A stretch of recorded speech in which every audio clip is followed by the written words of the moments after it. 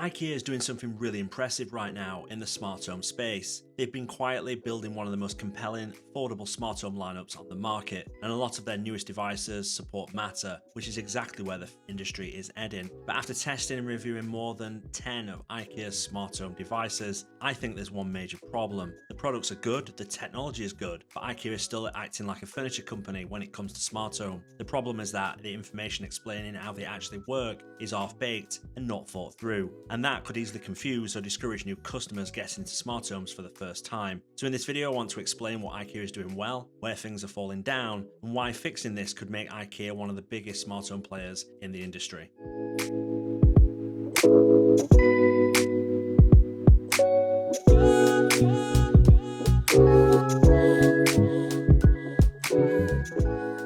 Firstly, IKEA deserves some real credit. Their latest generation of smart home devices are genuinely impressive, especially when you consider the price. You have products like the super cheap remote and the new smart lighting, and a growing number of Matter devices that are designed to work across multiple ecosystems. The hardware design is good, the pricing is extremely competitive compared to its competition, and based on my experience, performance has improved a lot compared to IKEA smart home products in the past. If you've used some of IKEA's older smart home devices from a few years ago, you'll probably remember they're not always the most reliable, but their new devices feel more polished. Another reason their products are interesting is the technology behind them. Many of IKEA's newest smart home devices support Matter. Matter is designed to make smart home devices work across multiple ecosystems. So instead of buying devices that only works with one platform, it can work with AppleHome, Google Home, and many others. Thread is the network technology that it works on. It's a lower powered mesh network which is faster and more reliable than many Wi-Fi based smart devices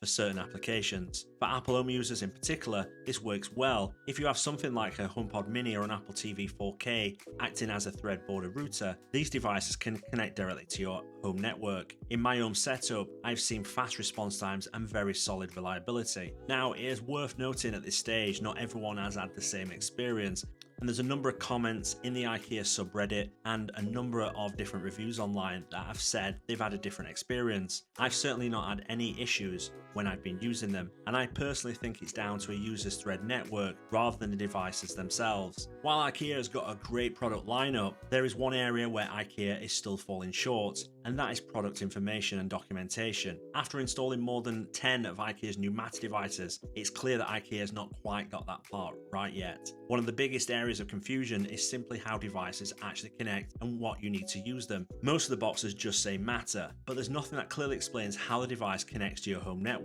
The same issue appears on product pages online. For example, I recently viewed the Warmblicht smart lamp, and on the box, it only made a reference to Matter, with no other information around how it connects and what else you need. And the documentation for it was designed more like IKEA's flat pack instructions, which works great for building furniture, but it's not particularly helpful when you're trying to understand smart home connectivity, especially for a first-time user. The key thing that is not being explained clearly enough is how these devices actually work in practice. Firstly, all of IKEA's range works with its own bridge. These can connect to this, and then they can appear in the ecosystem of choice. But the big sell for the newer devices, they all support Matter and can connect to other ecosystems of choice without worrying about which one you're going to go with, which means they need something called a Matter controller somewhere in your home. For Apple Home, that might mean a HomePod Mini or Apple TV 4K or the newer HomePod, but that's only one part of it. That's the language that it uses. You still need a way to connect, and in the case of IKEA, it's Thread. But luckily for Apple Home users,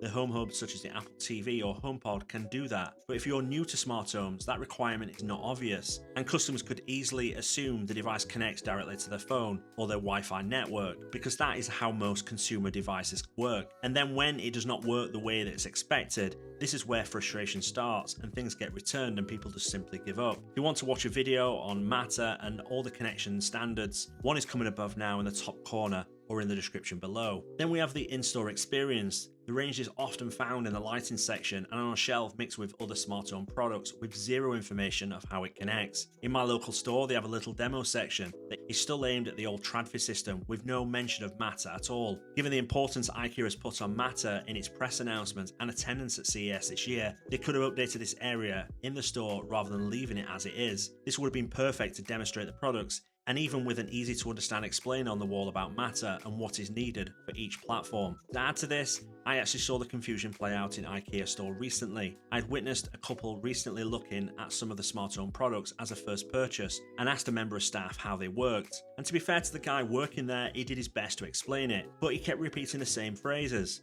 It works with Matter, it's the new standard. When you take it home, it should work. The problem is that saying something works with Matter means absolutely almost nothing to people walking into a furniture store. Matter is a technical standard, not something the average customer understands. It's a bit like walking into a TV store to buy a TV and the salesperson just keeps saying, don't worry, it supports DVB-T2. That might actually technically be correct, but most people don't care about the broadcast standard. They just want to know whether the TV will actually show their channels when they plug it in. And it's the same situation here. Saying something works with Matter might be accurate, but it doesn't explain what the customer actually needs in their home for it to work. But to be fair, this is not just an IKEA problem to fix. The next phase of smart home adoption needs the entire industry to come together to try and explain this a lot better. But IKEA can do its bit for the products they produce in store. And for me, it's as simple as this. If you buy this, what does it do? And what else do I need? But this is why it's all important. I've been saying for about a year now that the smart home industry still has not reached true mass adoption. I actually talked about this in a recent video about AppleHome versus Home Assistant. It's a bit like in the early days of computers. Computers were for builders, people who knew how to assemble them, people who wanted to tweak, customize, and push them further. And you still have that user today. But that's not why computers went mainstream. They went mainstream when people could buy something off the shelf, an all-in-one system that just worked and was very easy to understand. Something that worked out of the box. And that's when the average person got involved, and that's when adoption exploded. Smart homes are in that same phase right now. Right now, a lot of the market is still made up of enthusiasts who enjoy experimenting with smart home technology. People like us. I have over 100 AppleHome devices running in my house, and when I talk to friends and family, most people have 1 or 2 devices at most, and many none at all. The only exception to this is the doorbell. That's been adopted on scale because people see the value and it's easy to install in most cases. Things like Ring just need that one doorbell and nothing else, but that's not a smart home. That's an accessory with a camera that fits on your door. And this is where IKEA could play a huge role. They have one of the biggest retail customer bases in the world. In fact, other than Apple, they're only ones I know of that manufacture and sell devices via retail. 45 million people walk into IKEA stores every year, and that's just here in the UK, with a population of 69 million. When you account for repeat visits, that's half of the population visits the store every year. That's a lot of potential conversion for people to go into the smart home. If any company can introduce smart home to mainstream consumers, IKEA is in a perfect position to do that. After all, they're the ones that introduce flat pack to the masses, but only if people actually understand how the product works. The good news is this is not a hardware problem in the main. Yes, IKEA have got some issues and they do need to be addressed, but for me it's a communication problem, and it's something IKEA can fix quite easily. A few simple improvements could make a huge difference. Clear packaging that explains exactly what you need to use the product, better explanations on product pages about Matter, Thread, and Hub requirements, beginner-friendly setup guides to ecosystems like AppleHome, and better staff training in stores so employees can explain these technologies in simple terms. After all, it's very simple. When you go to the IKEA store, you're buying a product and you're building it from flat pack, and in the main, most people can do that. But when it comes to smart homes, things are a lot more complicated. Things need explaining a little bit different. If IKEA could do that, it would remove a lot of uncertainty for new customers. Because the reality is this, IKEA is now producing some genuinely excellent smart home devices. The combination of good design, strong performance, and aggressive pricing makes them the most accessible